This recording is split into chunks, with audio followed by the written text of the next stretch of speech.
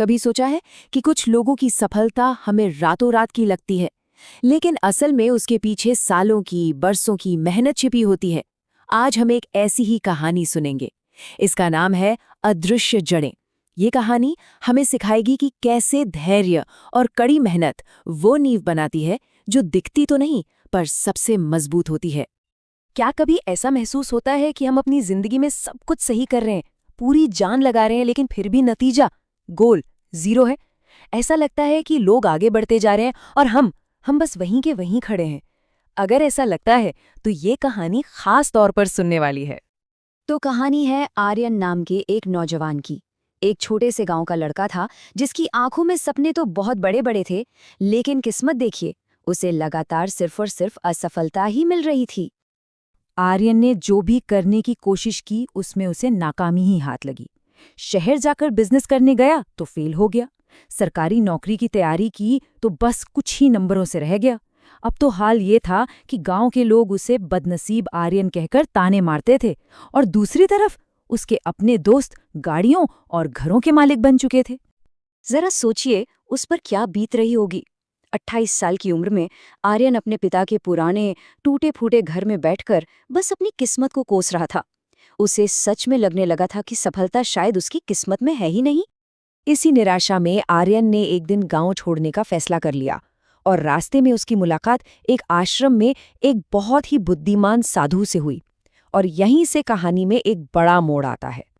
साधु ने आर्यन को बताया कि उन्होंने 2 बीज बोए थे, एक फर्न का और दूसरा बांस का। दोनों को बराबर पानी दिया, बराबर धूप दी।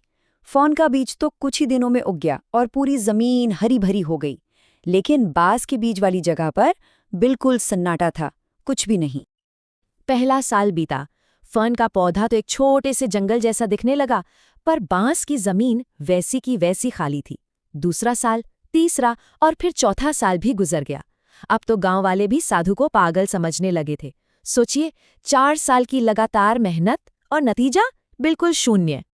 आर्यन को लगा कि अरे, ये तो बिल्कुल उसी की कहानी है, इतनी मेहनत और नतीजा कुछ नहीं। लेकिन फिर साधु ने उसे उस 5वें साल का वो रहस्य बताया जिसने सब कुछ बदल कर रख दिया। पूरे 5 साल, ये बहुत लंबा समय होता है, इतना लंबा कि साधु का खुद का विश्वास भी डगमगाने लगा था। लेकिन उन्होंने पानी डालना बंद नहीं किया। और फिर 5 साल के लंबे, बहुत लंबे इंतजार के बाद उस सूखी जमीन से एक नन्हा सा छोटा सा अंकुर निकला, इतना छोटा कि शायद किसी की नजर भी ना पड़े। लेकिन इसके बाद जो हुआ वो किसी जादू से कम नहीं था। अगले सिर्फ 6 हफ्तों में वो छोटा सा अंकुर 90 फीट ऊंचा हो गया, एक विशाल पेड़ बन गया। आर्यन तो ये देखकर हैरान रह गया। तब साधु ने उसे अपनी जिंदगी की सबसे बड़ी सीख दी। उन्होंने कहा, बेटा, ये पेड़ 6 हफ्तों में नहीं बल्कि 5 साल और 6 हफ्तों में बड़ा हुआ है। तो सबसे जरूरी सवाल ये है कि अगर बांस ऊपर नहीं बढ़ रहा था तो आखिर वो उन 5 सालों तक जमीन के नीचे कर क्या रहा था? और इसका जवाब है, वो अपनी जड़ें बना रहा था।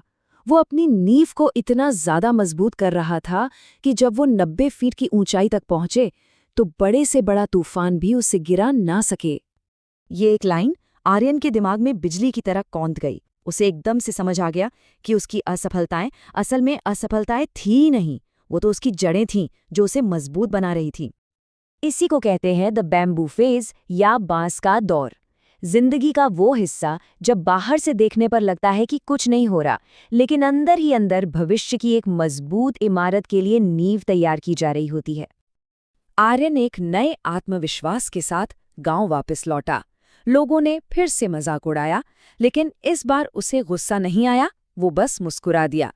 अब जब दुनिया सोती थी तो वो जागता था, जब दोस्त पार्टियां करते थे तो वो अपनी स्किल्स पर काम करता था। ये उसका अदृश्य समय था। 2 साल और बीत गए। आर्यन के संघर्ष को अब कुल 7 साल हो चुके थे, और फिर वो दिन आया जब उसकी अदृश्य मेहनत दुनिया के सामने आने वाली थी। एक सुबह गांव में एक बहुत बड़ी मल्टीनेशनल कंपनी की गाड़ी आकर रुकी और वो सीधे आर्यन के घर पहुंची। बाद में पता चला कि आर्यन के बनाए एक सॉफ्टवेयर को वो कंपनी करोड़ों रुपयों में खरीदने आई थी। गांव का वो बदनसीब लड़का अब उस गांव का सबसे सफल इंसान बन चुका था। जब मीडिया ने उससे उसकी सफलता का राज पूछा तो उसने वही बात कही जो उस साधु ने सिखाई थी।